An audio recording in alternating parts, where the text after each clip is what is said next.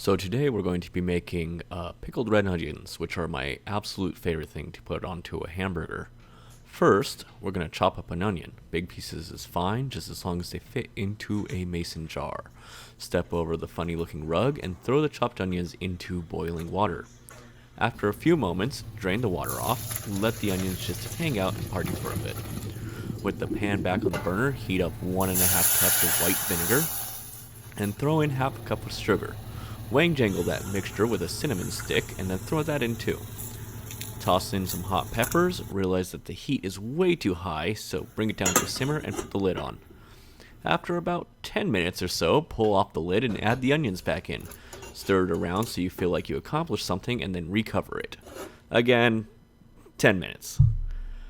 Inside of a jar, throw some peeled cloves of garlic because garlic is the glue that holds the culinary world together. Pull the lid off the pan, remove the log because it's just a little bit too gritty for a hamburger topping, and try to unsuccessfully pour the onion stew into the jar. Realize that's a stupid idea, and use some tongs to cram the onions in and just top the jar off with a little bit of hot vinegar. Place the cap on and let it cool for a bit before sticking into the fridge. That will make sure you get a really good seal on a jar. Wholly unnecessary, but we're not really keeping track here.